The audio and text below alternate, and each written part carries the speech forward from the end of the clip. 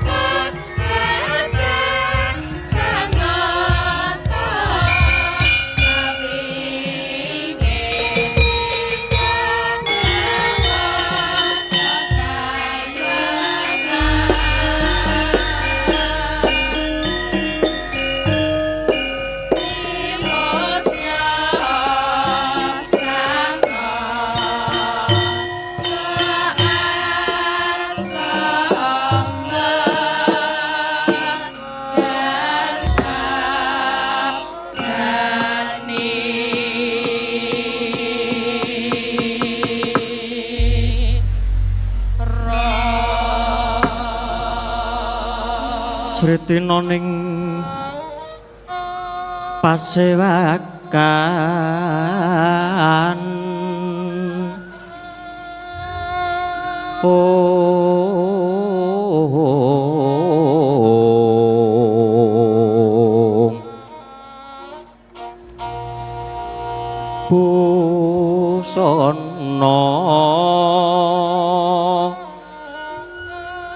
busana kang maneka arna maneka warna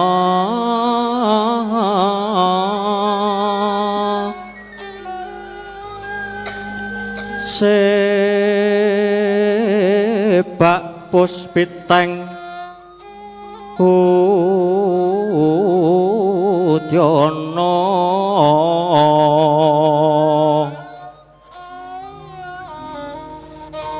miang panjrah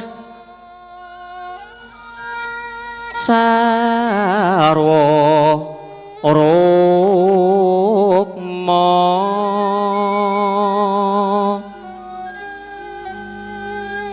ranggeng kang manik manik narawata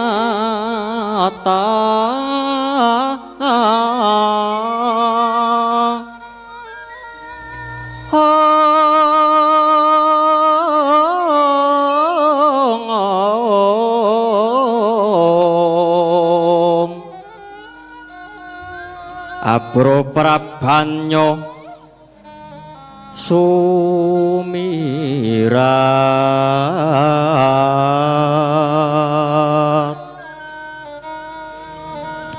kenyaring tejoli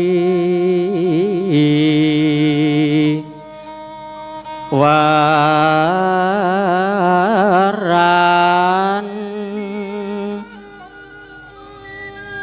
lir kilat sisiring dadit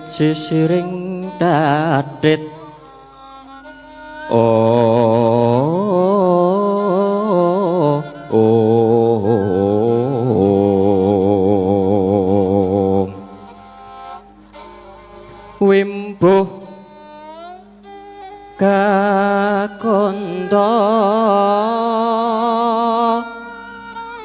mreminging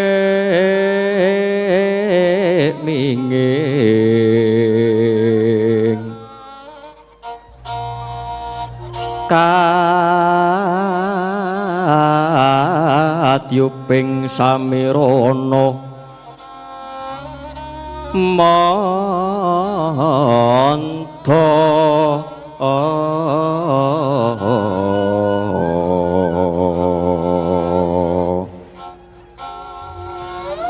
separan kang mangambar kungas angebeki madyaning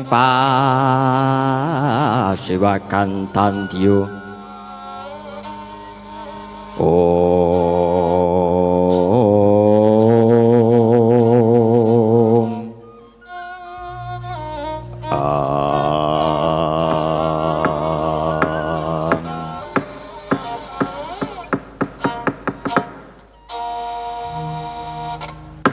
jagat wasisaning Ubathara wayah Bathara jagat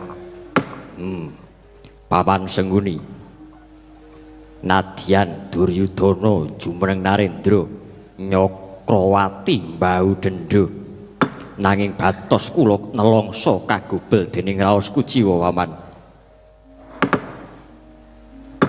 Duryudana jumeneng Narendra menika wonten watesipun purun boten purun anak kula Lesmana Mandra Kumara ingkang kedah anggentosi Duryudana jumeneng Narendra wonten ing Praja Ngastina nanging nyatanipun Lesmana mrucut saking gendongan luput saking kudangan bocah wis cukup umur ning nalare durung dewasa bodho mboten purun ngangsu kawruh ngudi ngelmu mung ngendel-ndelke dupeh anak ratu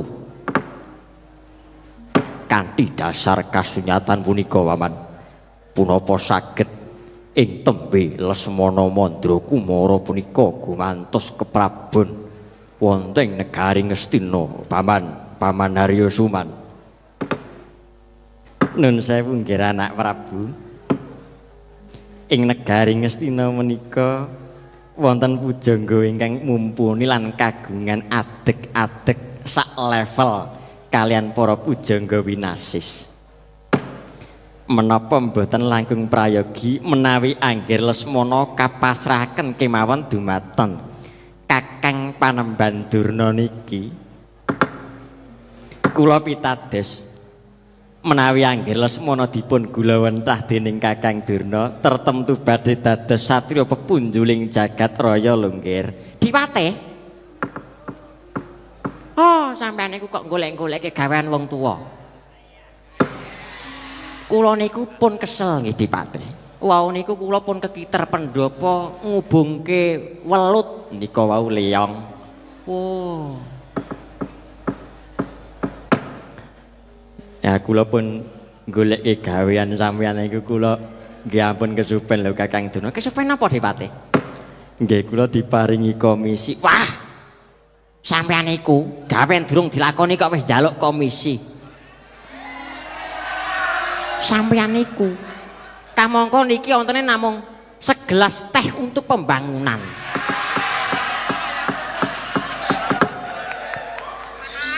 Bawadara. Kula nggih. Menapa kinten-kinten jingandika pareng anggulawentah dumateng ingkang wayah pun Lesmana. Oh, lole blegodhek manyar-manyar pet kanel buntute kisah Allah. Oh, alah nggih. Matur nuwun sinuwun denipun Bapak pinitados kula wentah putu kula pun Lesmana Mandra Kumara. Inggih. Nanging keparengipun Bapa badhe munjuk atur wonten ngersanipun sinuwun anak Prabu Duryudana. Wonten paribasan manungsa wenang wiradat niku. Ning boten pareng damel kodrat. Pambudidayane manungsa mboten saged ngungkuli garis ingkang kawasa kridaning ati tan bisa mbedah kuthaning pesthi. Nggih. Kalebet kabejanipun wayah kula pun Lesmana Mandra Kumara nanging sinuwun wonten satunggaling cara supados wayah kula Lesmana Mandra Kumara ing tembe saged kinadang-kadang gumantos keprabon wonten ing negari Ngastina. Kepripun caranipun Bawadurna? Samangke para Jawata badhe ngandhapaken wahyu kang sinebut Wahyu Cakraningrat. Nggih. Dados dewa samangke badhe ngandhapaken kanugrahan ingkang winastan Wahyu Cakraningrat. Inggih nggih. Paman Sengguni. Kados pundi menggah pemanggih paduka Paman? Nun sewu nggih, nun sewu. Ing atasipun anak Anggir Duryudana menika sampun mengku wibawa Nyakrawati mbawu dendya. Narendra ingkang kesugihanipun sunduling langit. Menapa inggih yektos menawi wayah kula Lesmana Mandra Kumara menika taksih mbetahaken wahyu. Wah. Bola-bali nek patih petuk niku ya sampeyan niku Dik Juni.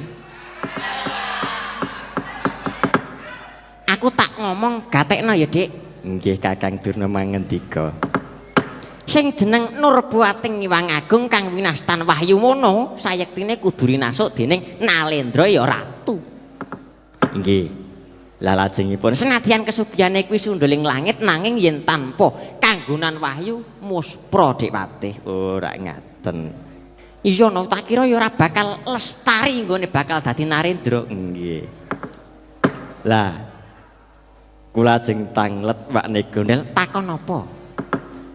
Wong golek wahyu kuwi kudu gelem nglakoni. Heeh. Nglakoni poso ya nglakoni tapa. Kamangka ing atase aku sing wis tuwa wae yen kon nglakoni tapa 40 dina ora kuat.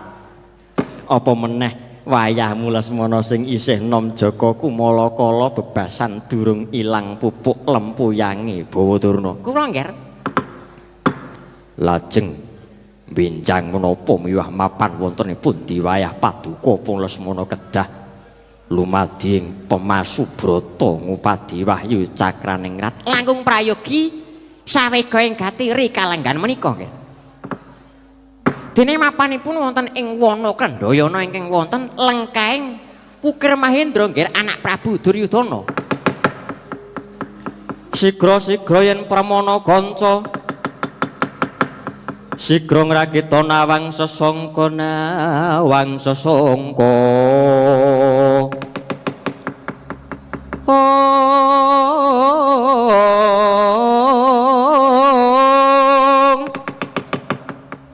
Narendra mbek marwa sing sang kadre gumulung mangrempak ing wadya kadre gumulung mangrempak ing gurda-gura reka giri-giri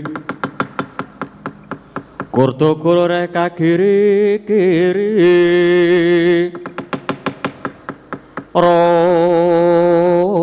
nang gono magawe glari roang-wang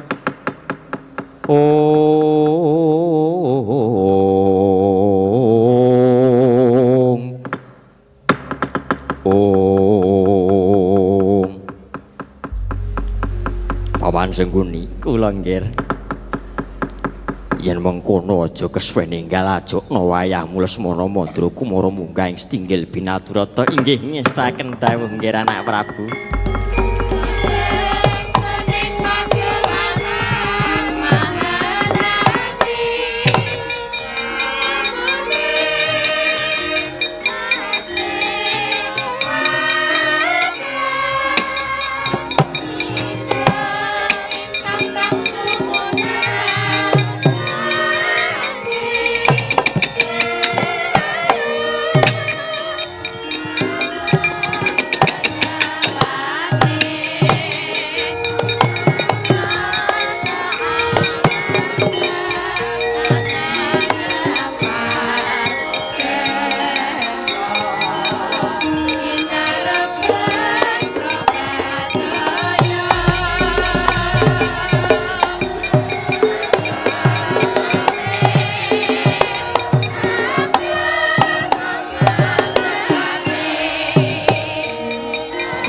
lungguh inggih Rama.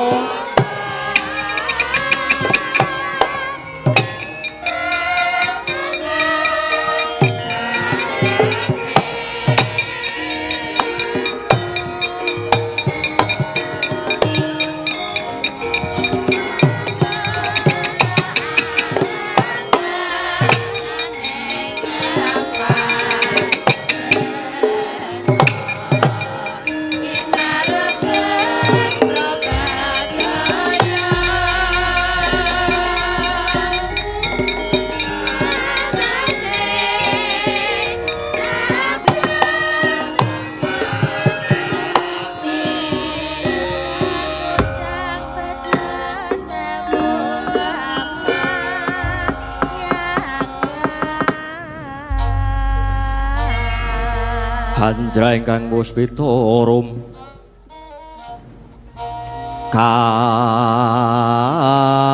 kasiliring samirana amre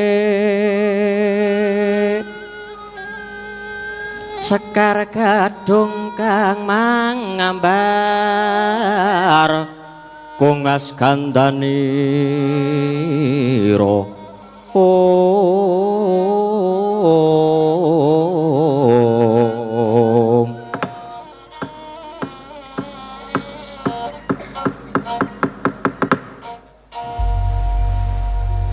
putraku wong Jentara, anakku wong Sigit, Lesmana, Mandra Kumara. Aja kaget jeneng sira ndak timbali ana ing pasamuan agung dina samengko. Nun inggih Kanjeng Rama. Adat lupiya menawi kula dipun timbali mesti ajeng didandani manten. Menapa menika badhe kadhaupaken kalian sekar-sekaring wanita ing Institut Seni Indonesia Surakarta Rama. Oh, alah ngger. Bola bali bocah iki lek senengane ingin ya ngono kuwi. Iki sesuk nek kuliah kene ngono mesti golekne sing ora-ora bocah iki. Iki ora oleh ngrembug sing kaya ngono ya, Ngger. Lah pripun to, Mbah? Kula niku seneng-senenge jatuh cinta lho, Mbah.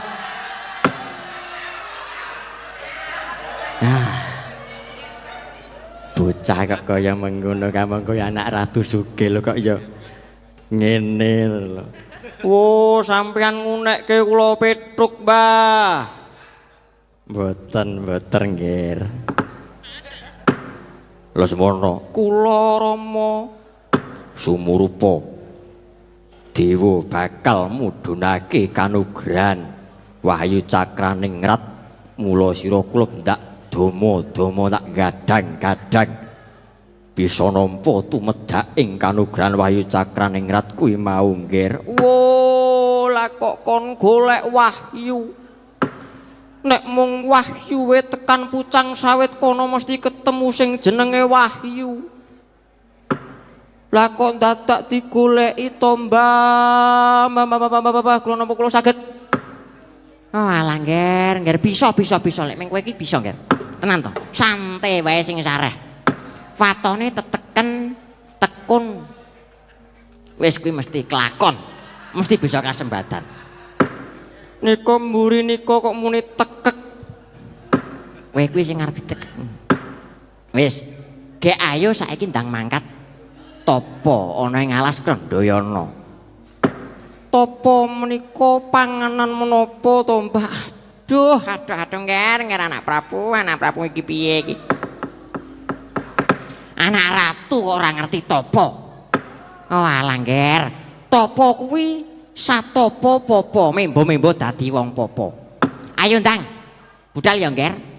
Awet saking wisi ing Jawata tumuruning Wahyu Cakraning Ngrat kuwi ana ing wana Krandayana. Wah, ala niku alas kondang angker banget lho, Mbah. Iya. Akeh mbang gula sugus. Mbang kula sugus niku napa to, Ngger? Nika lho sing dibuntel puten jengkelit-jengkelit nika. Kok jengkelit-jengkelit ki piye to ki? Jongklek-jongklek nggih nika jenenge lak Mbang kula sugus. Lah mangke nek kula mboten nangsal wahyu napa kula saged dadi ratu, Mbah? Ngene ya, Ngger, yung ngalah. Mengko kowe dikancani simbahmu Durna lan paman-pamanmu Kurawa mula aja sumelang atimu. Nggih, menawi kepareng kados mekaten ajeng kula cobi. Jangan takut mencoba pokoknya niki.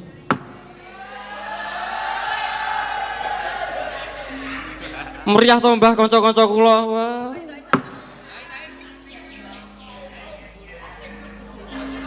Ora do ngakoni lho, Ngger. Kanjeng Rama kula nyuwun pangestu Rama. Ya kula Lesmana sun sangoni Basuki. Eyang Durna kula nyuwun pengayoman. Wah, ya Ngger, ndak campangi ya Ngger. Bawa Durna, Kula Ngger. sakwetahipun anak kula Lesmana kula pasrahaken Bapa Durna monggo anggenipun badhe murba asisa. Kawula nuwun nggih, Ngger anak Prabu. Paman Sengguni kula dawuhna marang para kadang-kadang Kurawa supaya dadi jejeg wengku ning lakon menika. Nun inggih dateng sendika Ngger anak Prabu. Us paripurna sabdaning Sang Nata arsa kondrange daton. Jelok saking dampar kencana kinapit gambaran gading kadhiraken sangganing para mbanceti manggung ketanggung Jaka paloro-loro ingkang sami ngampil upacaraning keprabon. Kawis tingal saking mandra tindaknya Sang Sinaranata nganti kaya temanten binayangkari.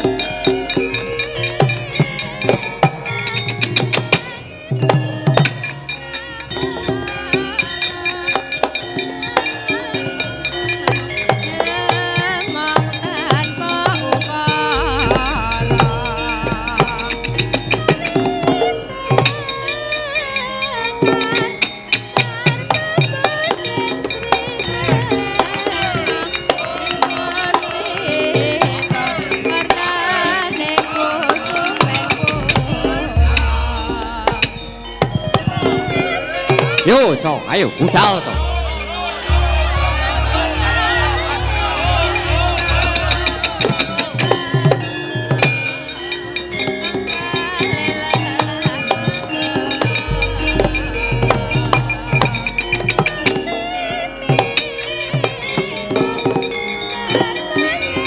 Yo.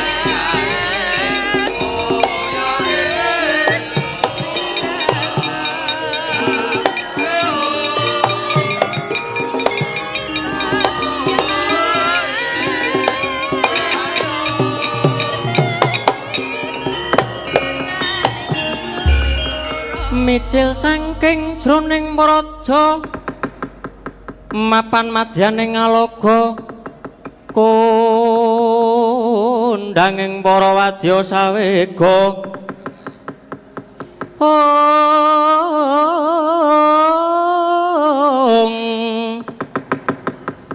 puk sur tambur miang suling pepandhen taludak mewa bandera kakandha mawarna-warna pindha Jaladryana Sri Kawuryan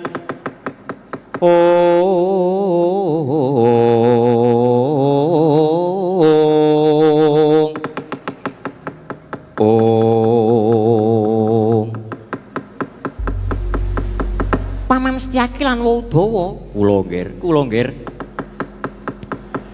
kula nampi dawuh saking Kanjeng Dewaji supados anggayuh kanugrahan wahyu kraton ing madyaning wana Kendhawana inggih nggih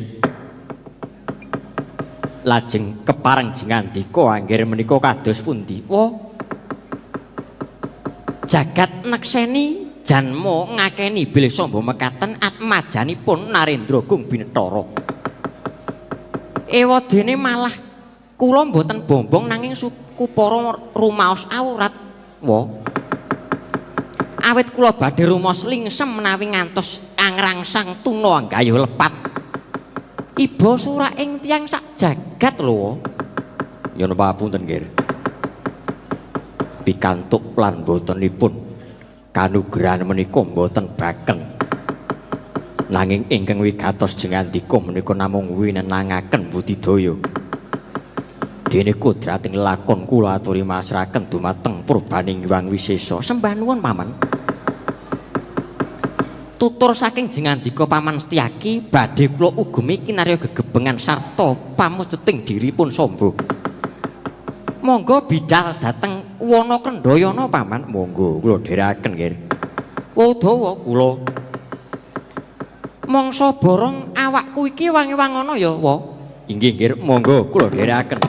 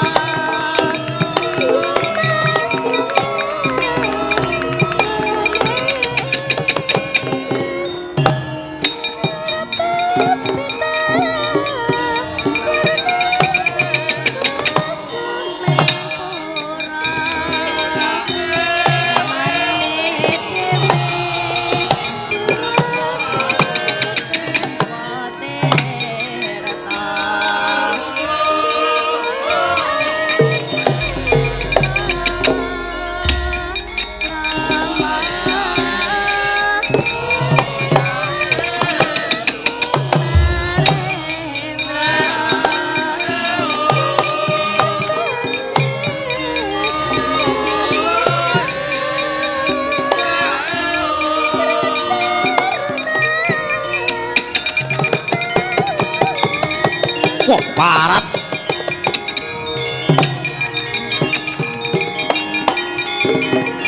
anak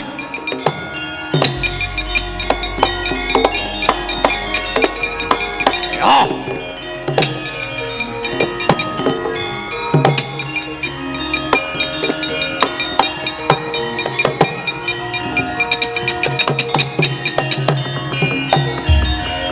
jumengkahang rosru sesumbar Lindhu bumi gonceng gumaludhuk guntur ketuk Umup kang jalane dilumembak penyuku mambang. Oh, waladalah. Ora pangling Setyaki. Ya dasar para nyata Kartamarma. Ya bakal menyang endi wis Setyaki? Nderekake tindake anggere sombong gayuh kanugrananing wana Kendhayana. Wah, barung sinang lakumu. Mangertiya yen to dina samangku Kendhayana dadi sengkeraning para Kurawa. Kinarya Angger Lesmana uga bakal gayuh nugraha yen pancen mengkono. Ayo bebarengan nganti Angger Samba lan Lesmana mlumebu aning wana. Ngiras pantes nodi ketrimaning urip. Wah, parat. Ora urung kowe kang bakal nrimpeti lakune para Kurawa. Muwa becik bali yo. Janji ora gelem bali kelakon ndak ruda paripeksa. Wiladalah waton Sulaya Boyahi. Mundura Kartamarma tiba tak gletho rondo bojomu sak lawase urip. Wah, mati dening aku wis Setyaki.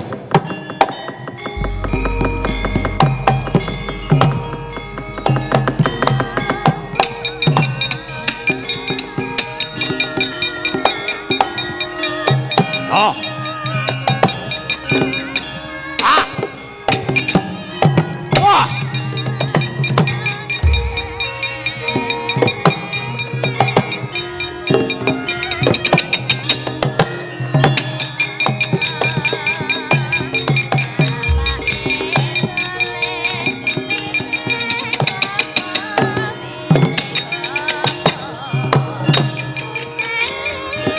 Parat.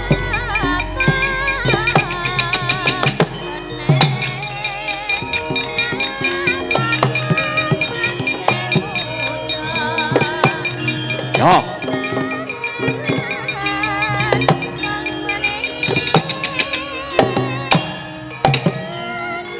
Ah.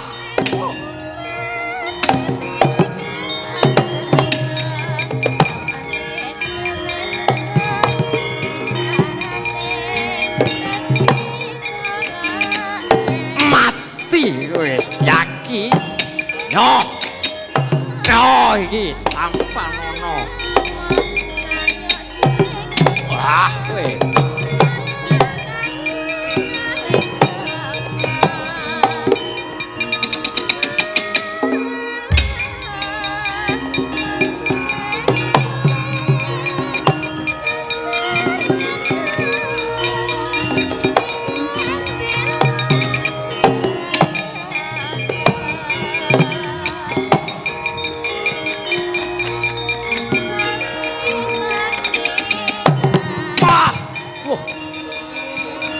Mati.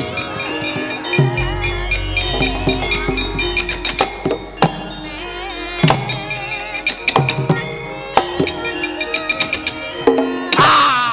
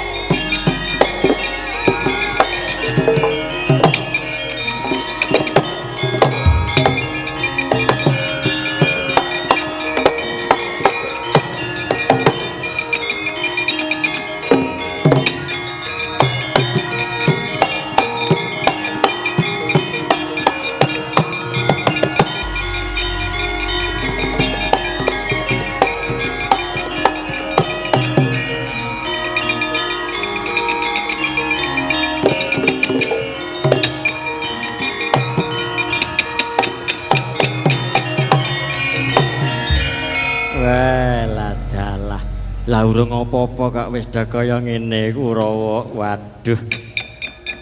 Waduh. Mati kula man. Kartamarma mundur nggih.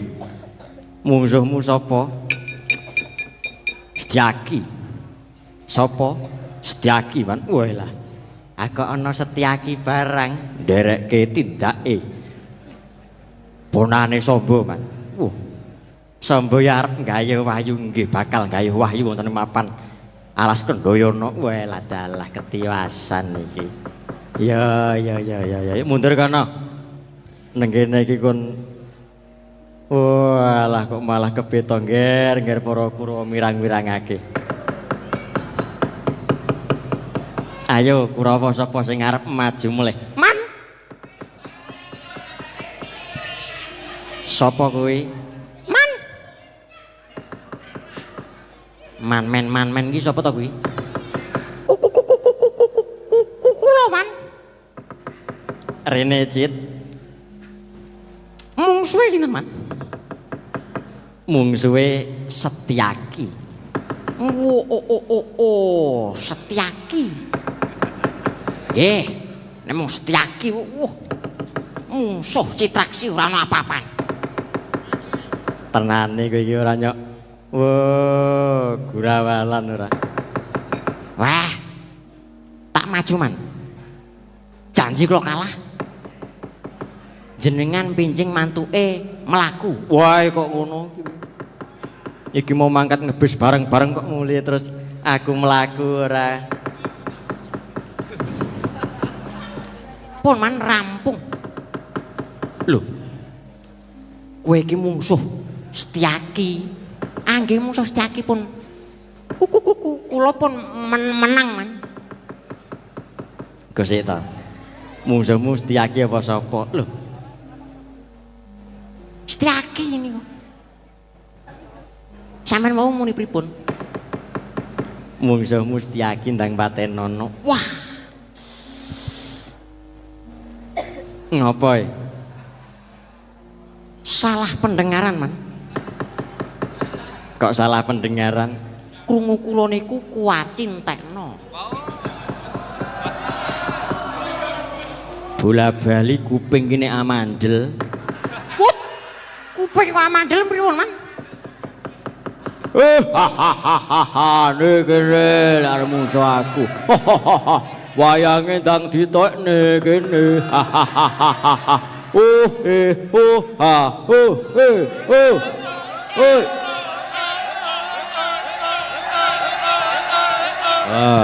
Gayeng to man. Ora usah nganggo gamelan mendo leren. Le Setyaki kene le.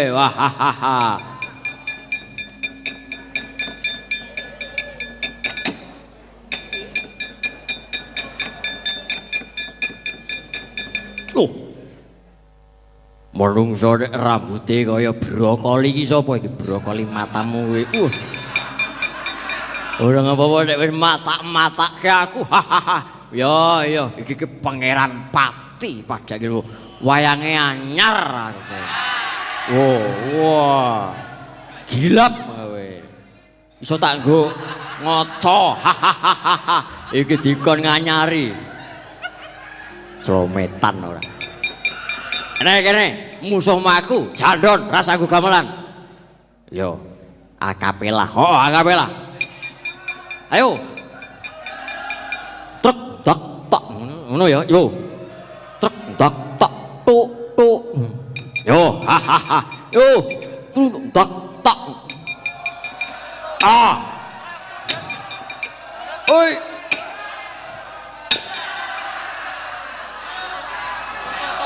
Aku urung-urung kok wis ngantem kowe iki. Wah, ya males. Aku pisan kowe pisan. Yo.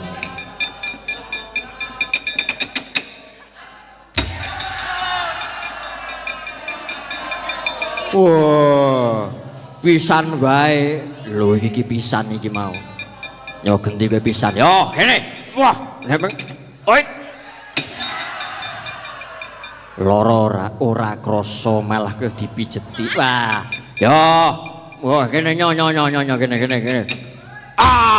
Wah, jan sip temenanan Udawa. Lho aku ki nang kene. Waduh. Sajake wis mumet iki. Wis rasah kakean wicara gek kene.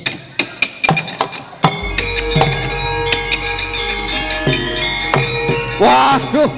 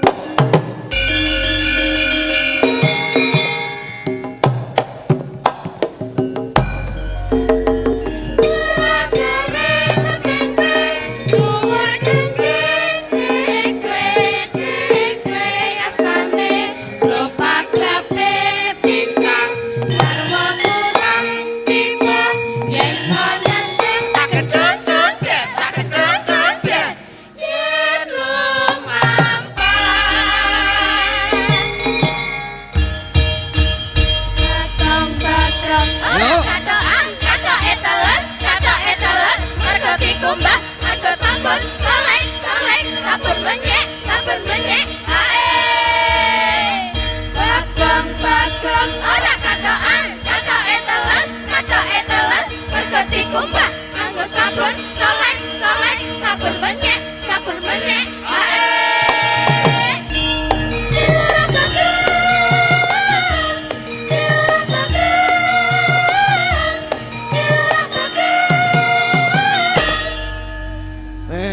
ngono tok to. Gayang temenanang. Jan atruk ya, Pek. Oh. Karang yo nek aku metu ora nganggo rap ngene iki ora gelem metu aku. Bring bongkotan dikethok tinggo celengan anyar dicolong maling nginjen manten anyar dientup kala jengking. Kur syukur wong lanang kok becicilan gawa banyu kok bececeran rupane ayu titel eceran rupa-rupa ayu njaluk duit 20.000 nek bak aduh lali ta aku wonge apa anane nek bab duit aku ra duwe dhek kelo pikire rangkul aku sak kencenge Dek tak kipatke tiba klumah ketok kathoke. Bareng ketok kathoke, kathokku mlotrok ketok batrene. Wis ngono kowe pokoke wis rasa-rasa diteruske, Gong. Ya wis, aku wis puas kok ayan aku. Menyingkat waktu aku. Aku kan to the point wonge. Ya, iki saiki iki acarane apa? Genah wayangan lho. Nah, gue tekon acara ini kena wayangan. Ora maksudnya rinci. Aku rasa menjelaskan secara rinci. Aku wis omong, nah aku wong to the point. Iki pokoknya awake dhewe iki mengisi acara HWD. HWD iki apa? Hari Wayang Dunia. Lho, kepiye to? Wah yos, bunga ya Gong ya bunga. Ngatile kono Pak Bis mau turun gone enggak-enggakan glundung yang asem tenan kok. Mbak wis penting wis apa jenenge? Info sudah diterima ki arep nembang-nembang apa ora usah. Buang-buang waktu Gong aku ora seneng aku ki.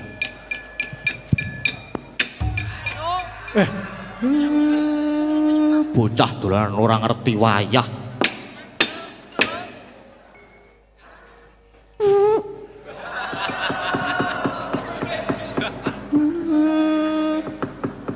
Ora ngerti wayah. Wis dolanan iki. Apa? Kok aku metu ora nganggo rap. Pengen to kowe, Pak? Iya.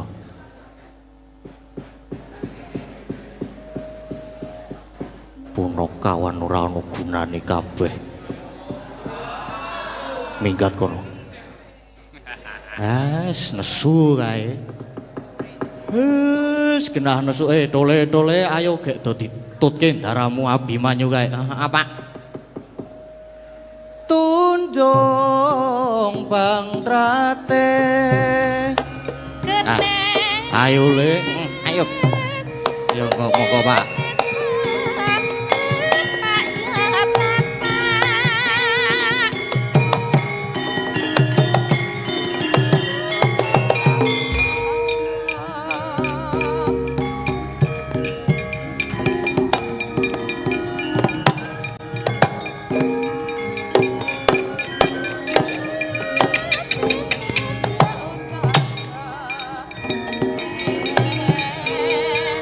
Eko, oh ayo.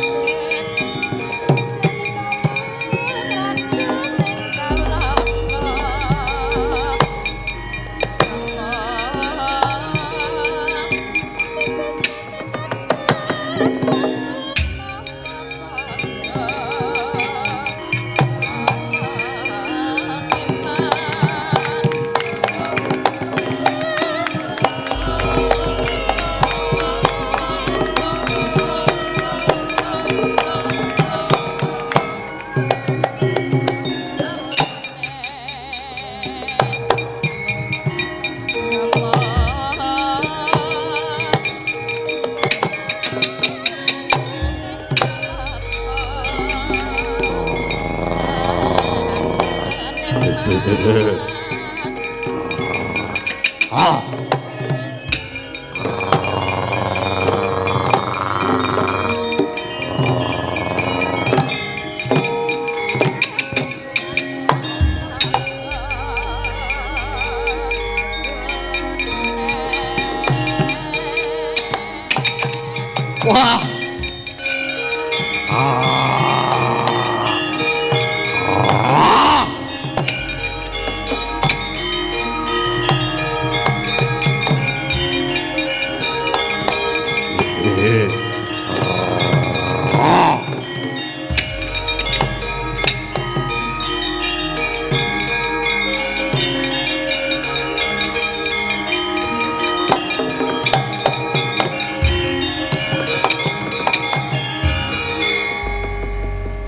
Angler bawaning kang sinong mati gawe gelar nararya mbek susutira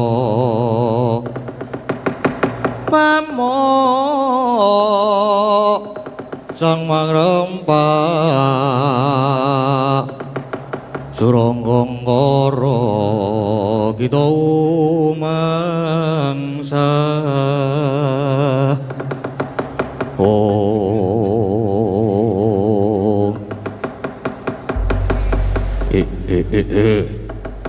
ana satriya lumebu ana krendha ana sapa satriya Plongkowati Raden Abimanyu kekasihku kowe sapa kang bau reksa alas kene aku jenengku Jaya Sudirga aku Jaya Lengkara ana wigati apa kowe lumebu ana alas iki nedya gayuh nugrahaning Gusti luwih becik kowe baliya alas iki dadi panguwasaku oleh mbacut ora oleh bakal tak ruda paripeksa wah lakon tak gegulung rimah-rimahe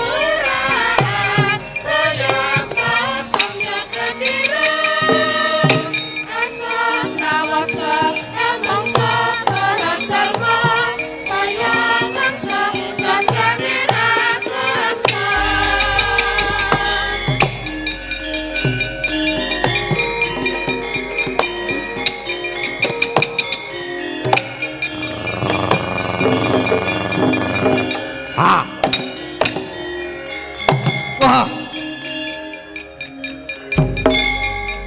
Wah.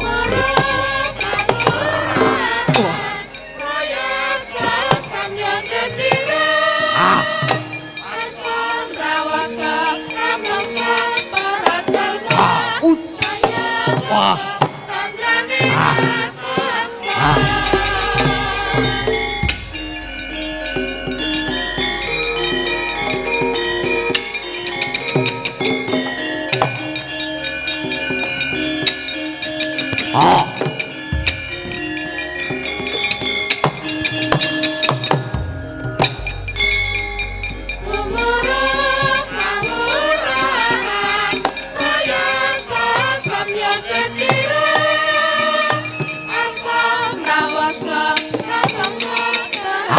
Wah.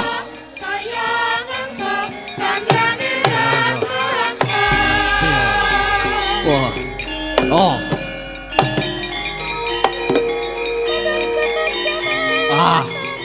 Solke. Solke.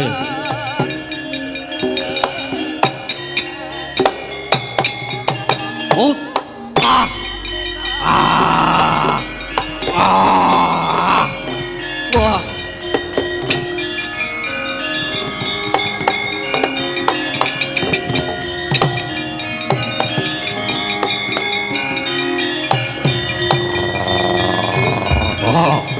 Wah.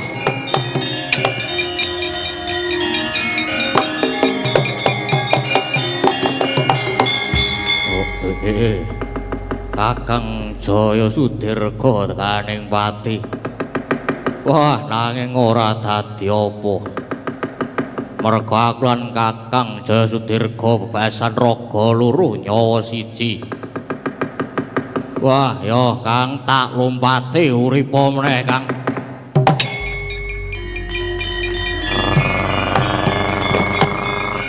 Wah. Wah. Wah.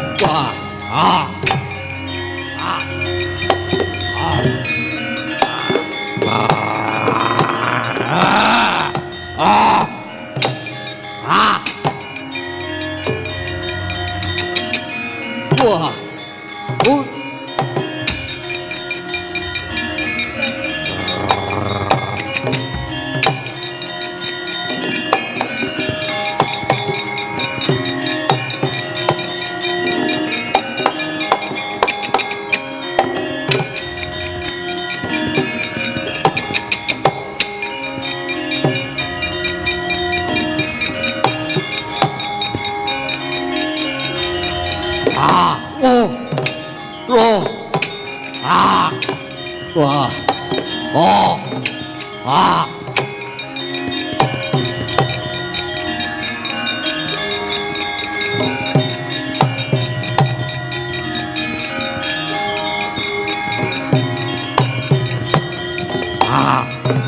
Mudun.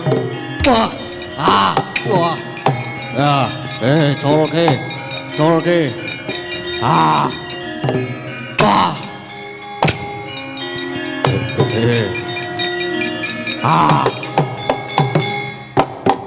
Waduh.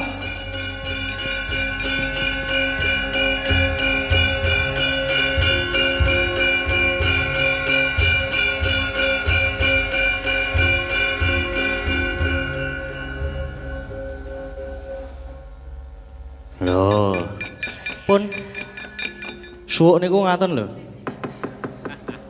Fat out.